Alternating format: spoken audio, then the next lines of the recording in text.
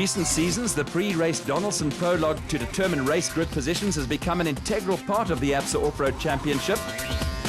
The 5 top-seeded crews in the production and special vehicle categories draw for prologue start positions and alternate which category goes off first. As in the case with Formula One qualifying sessions, a good or bad start position can make or break your race. No, it's critical. It's always been critical. You know, if you have a bad time trial and you're sitting back and you've got people to pass, you know, that's where you pick up trouble and punches. And so it's crucial to have a good time trial. We're right in the front. It's not too much of a long lap. It looks like we'll be able to find our way around with the fact that we're doing 3 laps. So it's only 110 Ks. We've already done some of that. So it's only about 50 kilometers of new terrain that we have to find tomorrow. So it shouldn't be too bad. There are pros and cons to being the first car on the road, and for most crews the Pathfinder role on the Donaldson prologue is not an ideal situation. You're the first one there, you're the first person to find the rocks, the stones, to sweep the road, to clean the road, to find your way. There's no doubt it's more difficult, but in a time trial it works against you because you're slow and then you restart the next day, so that puts you further back. In a race, if you're out in the front, although it's difficult, you're in the front, everybody's still got to catch you. So it's a different ball game in the race, you know. You're out in the front, you've got to learn to keep your head, and when it's tricky and you're going slow, you know, you always want to go quicker than you should be, because you can't see where you're going because of the long grass or whatever the case is, so you just got to manage it. And often, you know, you get itchy to want to get going, you've got to hold yourself back and just keep your head. He's a double South African champion, but Quinton Silvalt found himself in a new role at the RFS Magalies 400. After 4 years of sitting alongside Father Cully as a navigator, Quinton was set to make his debut as a driver. And the most difficult thing to get used to is to know when to go fast and to know when to slow down and preserve the car. And I think navigating for 4 years for my dad, it's really taught me a lot. He's one of the best drivers out there, so I've got a good feeling of what the car can do, so I just need to learn how to do it myself. Teamwork between driver and co-driver is a prerequisite for off-road racing success, with family ties a distinct advantage. I think it's important to communicate as much as we can to each other. There's things he can improve on, there's obviously things I must and can improve on, so we're learning slowly but surely, and it's going well so far, so looking forward to a good year. With Quinton's uncle Herman and cousin Wichard succeeding Cully and Quinton as South African Special Vehicle champions, the Silvalts have taken family participation to the next level. Now for a look at Class A on the RFS Magalies 400, with Atlas Copco bat pair of Johan van Staden and new co-driver Mike Lawrenson eking out a narrow win. Both van Staden and Lawrenson have won ABSA Series events overall in Class B machinery, but this was a maiden win for the pair in a Class A car. After winning the Donaldson prologue, former South African champion Evan Hutchinson and Dani Stassen were hit by an early puncture in the impressive new Motorite Bat Venom. In dusty conditions, it proved decisive, with the Motorite crew finally finishing just 15 seconds adrift of van Staden and Lawrenson. Wolmeronstadt brothers Lawrence and Gerard du Plessis were back after a long absence and were rewarded with a solid third ahead of the Rapsa Bat, a father and son pair of Nardus and Louis Alberts, who got their season off to a steady start with a trouble-free run.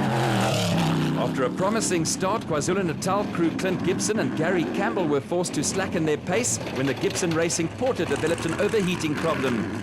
They finally had just on half a minute to spare over Quinton and Cully Silvalt in the elegant fuel bat, with the younger Silvalt more than happy with his debut as a driver. Next up were another father and son combination in Nick and Ryan Harper, who were gradually coming to grips with the Motorite Arrivo 4x4, previously campaigned by Hutchison and Stassen. 15 seconds behind the Harpers were Class A debutants Marius and Yolinda Fourie in the PHB Bat, bought from the Harpers during the off-season. Behind them, brothers David and Gary White dropped off the pace after a promising prologue, and 10th place was a disappointing start to the season for reigning champions Herman and Wichard Silvalt in the elegant Fuel Porter. A gutsy performance from the Limpopo crew of Naeem Musaji and Rehan Bodyana saw them finish just out of the top 10 in the Maxis Porter. Musaji and Bodyana were comfortably ahead of Daniel and Lozini, who were delighted to put stop to a sequence of non-finishers in the Orange Works Porter. After a race that was fraught with problems, another fighting performance saw Northwestern crew of Neil May and Philip Smith grind out a finish in the futuristic look Zarco Challenger. A tough route, heat and dusty conditions also took its toll on the special vehicles, with Dion Boyens and Kobus Fourie race casualties in a bat. Dakar Rally hero Mark Corbett and Julian Hardy also fell by the wayside in the Century Racing FGT, with Steve Parker and VZ Van Zyl sidelined when a brake pipe broke on the Sizanani Plastics Gymco. An adventurous outing for the Free State pairing of Peter Ruthven and Charles van Heerden also coming to a premature halt soon after their coming together, with Dion Fenter and Ian Palmer and a blown motor putting pay to the Democratic Republic of Congo driver Eduardo Argazi and Zelda Niemand. Race winners Johan van Staden and Mike Lawrenson topped the early points table, but with only 15 seconds separating first and second and some solid performances down the finish order, competition in the Class A Vehicle Championship is going to be intense. The start of a new season always includes a few changes and new developments. In Class B, brothers Keith and Andrew McInerney decided it was time to move up a notch to Class P.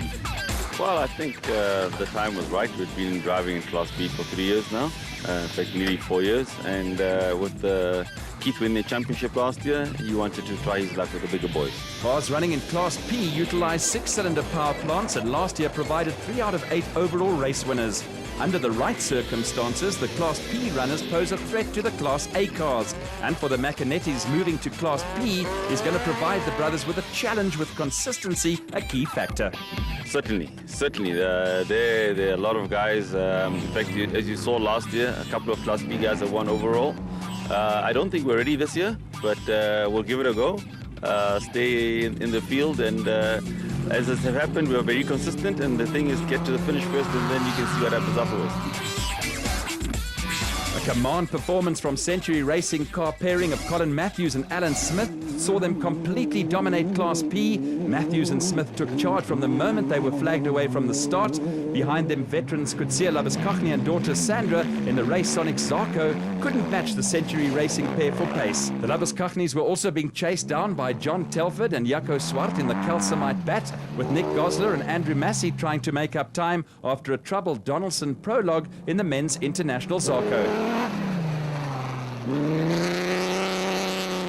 On the second of the 3 loops that made up the RFS Magalies 400, a flying Colin Matthews and Alan Smith were now leading Class P by a proverbial mile. Matthews and Smith had a cushion of around 40 minutes, and behind the Century Racing CR3, there had been a change in the order, with John Telford and Jaco Swart now ahead of the Labuskaghnis. For the Labuskaghnis and the Calcimite pair, it was proving to be tough going.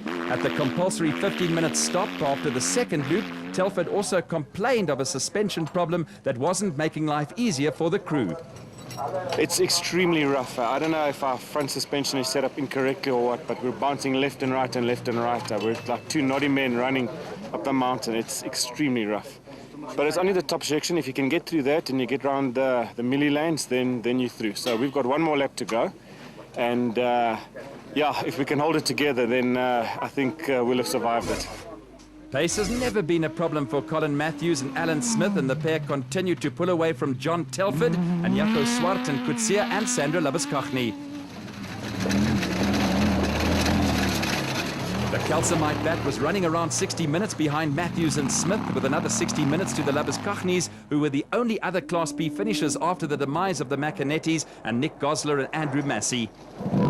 Apart from romping away with the Class B honours, Colin Matthews and Alan Smith were 3rd overall in what had been a terrific performance from the Johannesburg-based crew. Yeah, very nice to be on the podium for a change.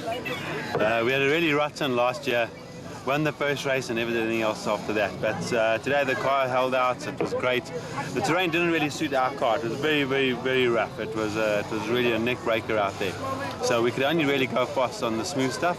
So we'd try and make up time there, and then we'd lose time on the rocks. Time now for a look at the Northern Region's classes.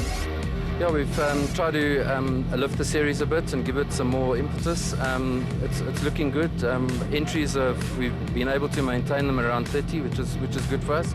And yeah, we're looking forward to a good year. We've got a couple of competitive cars that are entering and racing, and the racing is really tight this year. Round 2 of the Northern Region Off-Road Championship was run in conjunction with the RFS Magalies 400, with a Benoni-based father and son team of Tony and Michael Gouveia looking for a second successive win in the nicely tuned-out gearbox specialist VAT. The Gouveias dominated proceedings throughout the race to win the Class B and finish a comfortable 10 minutes ahead of Class B winners Achiel Nel and Johan de Klerk in the portable shade Zarko Truggy. Second in Class B were Kobus Becker and Mornay Karlitz in a race co, with the pair coming home ahead of John Boxworm in a single-seater WPP built by veteran off-road racer Wolf Pieter Fumfire.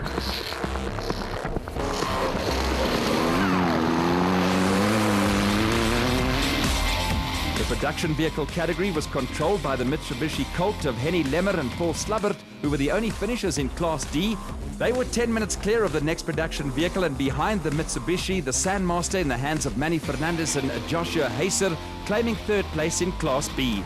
The Sandmaster is from another era in off-road racing and was followed home by the Toyota Hilux of Ian Boshoff and Doug Grobler, who took the Class E honours in a race that took its toll on the production vehicles.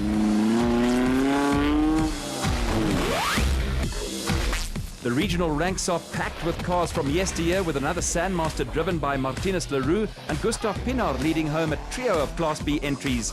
Veteran Wolf Pieter Fumfire came in behind the Sandmaster with a modified Jimco of more recent vintage. Next up with Clive Sutherland at the wheel. For Tony and Michael Gouveia, it was 2 in a row with the pair reporting a clean run. We didn't actually have dust. I think that's why we're so far ahead. We had a bit of dust for what?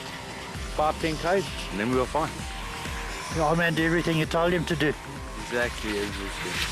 Yes, we had a couple of navigation issues where the route had diversions, but other than that, yes, we did well.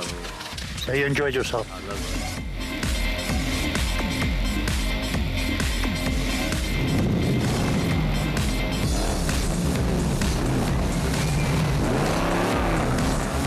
Next up on the APSA Off-Road Championship calendar is a trip to Mpumalanga for the Toyota Dealer 400 on the 13th and 14th of April. The race is round 2 of the championship and is an important outing for those crews who underachieved on the RFS Magalies 400. You can follow all the action right here on Supersport, your world of champions.